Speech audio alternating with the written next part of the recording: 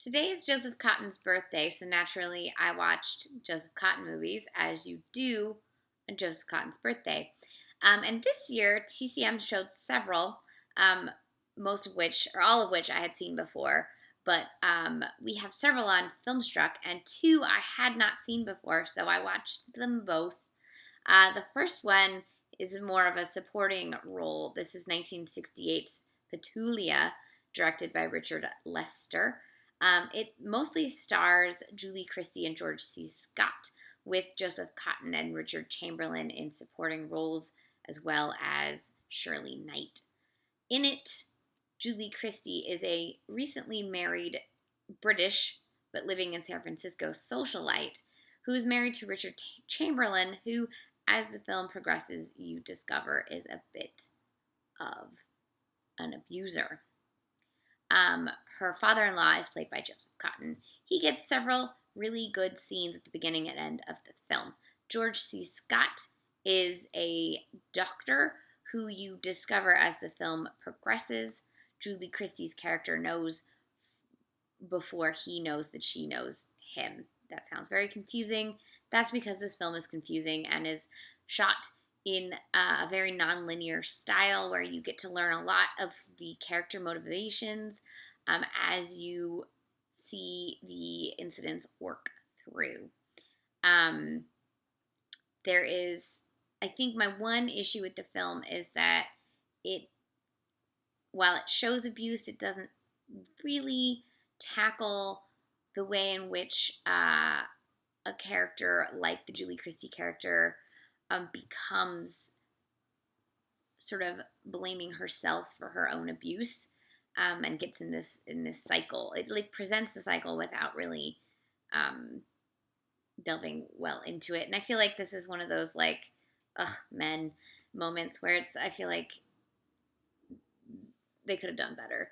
That said, George C. Scott is so charming in this film. It's probably the most charming I maybe have ever seen him. Charming, not necessarily funny, because obviously the funniest he's ever been was in Dr. Strangelove. But he's so charming and flirty and fun in this film, and I'm like, wow, I would romance George C. Scott, or be romanced by him, I guess.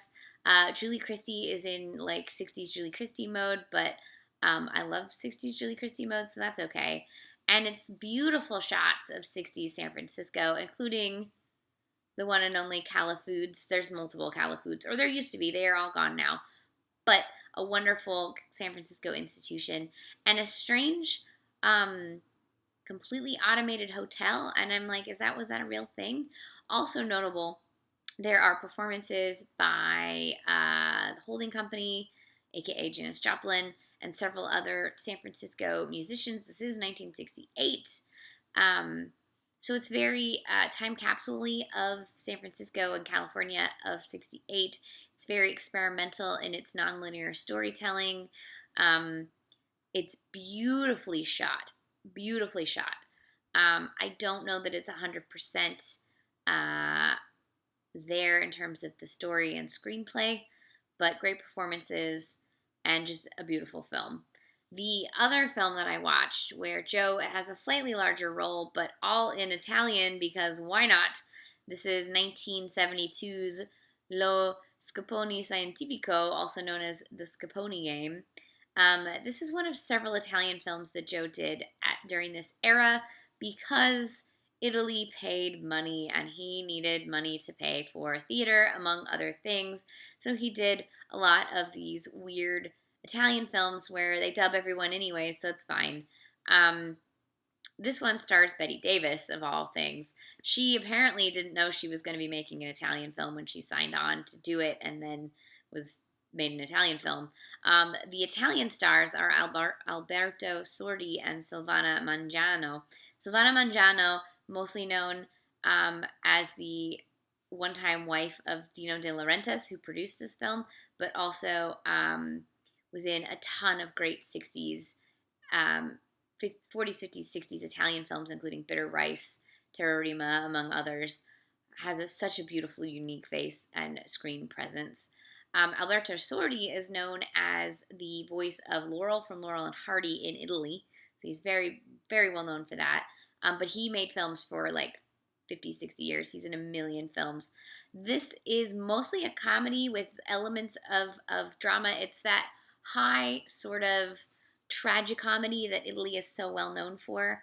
Um, and it's also of this era in the 70s that kind of started in the 60s in Italian cinema, but you really saw it in the 70s where they're comparing the rich upper classes to the still working and slum classes, and how ridiculous the rich are towards the poor in Italy in particular. But in this one, you also get a little added American anti-Americanism, which is always welcome. American wealth. So Bette Davis is an extremely rich woman who spends the entire year traveling, like endless summering basically, around the globe. And she comes every spring to Rome, and she rents this villa that's on top of a slum, and she plays cards with this one couple who are very good at cards, but she refuses to lose. And after 8 years, the couple are just tired of it, and they're trying to figure out a way to beat her. And their children are tired of it, and that leads to a wonderful, hilarious, climactic ending. Joe is just as attractive and wonderful as you always expect him to be, except he's speaking in Italian. Bette Davis is wonderful in her sort of grande dame, aging crazy lady era. She'd probably be even better in this role if she actually got to speak English, but you do what you can. This was their third film. They did Beyond the Forest, Hush Hush, Sweet Charlotte, and then the Scopone Game. So, Bette Davis said she always loved working with Joe, thought he was so beautiful. Didn't understand why in the Beyond the Forest she would even leave him. So you gotta love Bette Davis. What else to say about this movie? There's other films, like Ugly Dirty Bad is another film of this era that has a similar sort of tragicomedy tone. This doesn't go quite as intense as Ugly Dirty Bad, but it has a similar sort of mania. And I just watched Rocco and His Brothers yesterday, and that also had this sort of commentary on the economy of Italy and the rich versus poor and the slums, etc. So this fits nicely into Italy's film history. Both of these films, Petulia and the Scopone Game, are available on Filmstruck right now. I believe this is the only way you can watch the Scopone Game. I've been looking for this film for a while. I had only tracked it down on a PAL version, so this is like super rare. It's not the best transfer, but like it's the only one you got, so like watch it. Petulia is also available for rent and on DVD and other ways, so there you can catch that one.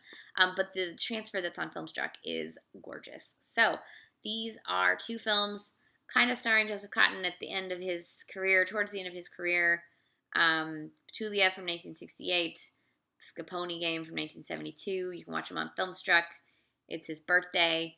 Do what you gotta do. Neither of them are expiring soon. I actually watched these relatively soon. Scopone Game has a couple of months left, and Petulia is up there till November, so you got some time. Check them out. Watch the Joseph Cotten movies. I got a handful left. I'm getting them. Pretty much all I have left at this point is a couple of random ones in the middle of his career, and all of those really terrible horror films he did towards the end. I'll get to them. The Hearse, I don't know, man. I don't know. Have a good night.